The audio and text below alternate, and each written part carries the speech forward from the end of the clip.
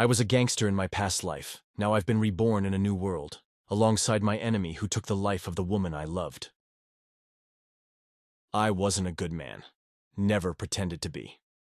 Back in my old life, I was Vico the Ghost Moretti, a name whispered in alleyways and carved into the underbelly of the city. I ran with power and danger in my veins. I built my empire on fear, on blood, and on the cold, hard fact that when you take what's most precious to someone, you own them. But I had one soft spot: Luna. She was the light in a world soaked in darkness, the one thing that kept me from losing myself completely. She was the only reason I didn't burn the world to the ground in one last blaze of fury. But that night, Rafe Delgado, my rival, my opposite, my poison, took her from me. He took her life in front of me, laughing as the life drained from her. He said it was nothing personal. He said I'd understand someday. I didn't. I charged him, fists flying, blood spilling. I was a broken man already. But in those last moments, I wanted to take him with me. It was supposed to be the last thing I did, make him feel my pain. But everything went black. When I woke up, the world was wrong. Not Earth. Not the streets I knew. Not the familiar sting of gunmetal in my palm. Instead, there was an endless sky, cracked with 2 moons, and trees taller than skyscrapers. The air hummed with magic, like it was alive, like it could taste my rage. It felt like a dream, but the pain in my chest told me this was real. A voice spoke from the shadows, low and steady. "You're not from here." It was a man. No, a warrior, scarred and grizzled like someone who'd lived 1,000 lives. He was the first to explain it to me. This place was called Nithera, a realm where magic ruled and gods weren't just myths, and I wasn't alone in my new life. Rafe was here too. They called him General Seraphon, a hero of the people, a savior. The kind of man you'd see carved into statues and sung about in songs.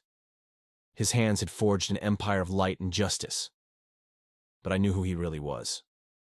The same man who had killed Luna.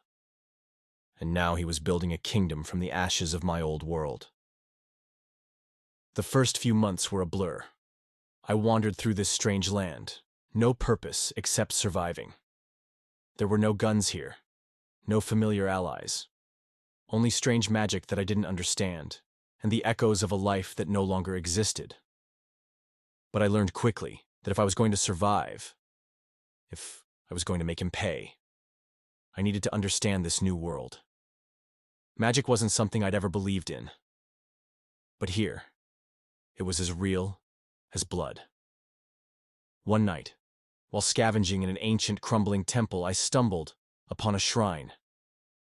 The air around it pulsed with energy. I touched it out of instinct, and the moment I did, something inside me woke. The blood that ran through my veins, the rage that had consumed me for years, was no longer just anger. It was power. It was magic. A force called bloodbinding surged through me, twisting my pain and memories into a weapon. The moment I realized what I could do, I heard Luna's voice. Soft, distant, but unmistakable. She was calling me, telling me to find her. I knew what I had to do. There were whispers in the markets, rumors in taverns, and sacred texts in ancient libraries. A spirit, a guardian, bound to the forest of mourning, a place where the veil between life and death was thin. Her name was Ilaria, and I knew her as Luna. It wasn't just a coincidence. The moment I read the first word, I knew it was her. She had been reborn. Not as flesh and bone, but as something far greater. She had become the guardian of this realm, tasked with protecting the barrier between the worlds of the living and the dead. But the forest had cursed her. No one could leave. Not until the one who had bound her to this fate, Rafe, was undone. I had to find her. Not just for vengeance, but for closure. She couldn't rest until I did what needed to be done. I wasn't alone in this world, though. There were others who had been cast aside by Rafe's growing empire. Kale was one of them, a knight of honor cast aside by Seraphon's regime for speaking out against the corruption in the courts. He had no voice, but his sword spoke volumes. He joined me, not out of revenge, but because he believed in the old way of kings and justice. Then there was Syl, a shapeshifter who had lived on the run her entire life. She wasn't loyal to anyone. Her only concern was survival. She was a liar, a thief, and damn good at both. But she had her own reasons for hating Rafe's empire, and she was willing to take risks if it meant bringing him down. Together, we formed an uneasy alliance. I taught them the ways of bloodbinding, how to channel pain and rage into power. Kale became my shield, Syl my eyes in the darkness. The more we fought, the more we became family. And with every victory, the rebellion against Rafe's rule grew stronger. The final battle came quicker than I expected. The capital, Valencrest, was an opulent city, built on the backs of the oppressed and the forgotten. Rafe ruled from his ivory tower, a king in a kingdom of lies. We had nothing.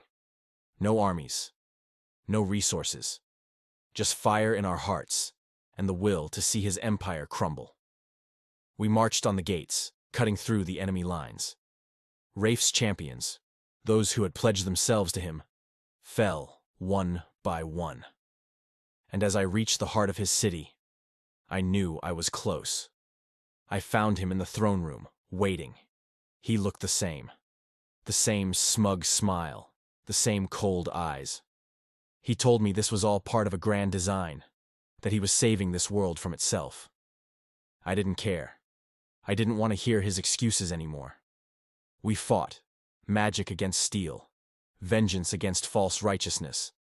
He wielded power like a god. But I wielded something older. The fury of a man who had lost everything. And when I finally pinned him down, my shadow flame licking at his armor, I asked him one last time, why?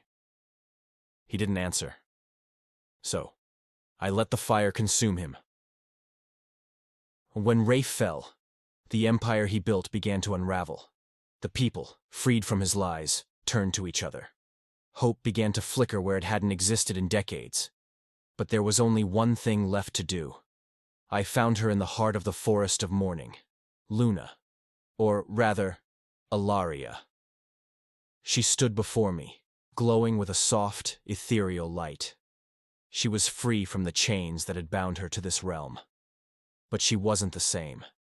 She was more than a woman now. She was the forest, the moon, and the stars, all at once. She smiled at me, not with the sadness I'd expected, but with peace. "You saved me, Vico," she whispered. "But now it's time for you to find your own peace." And with that, she vanished into the sky, leaving me with nothing but the memories of the life we could have had.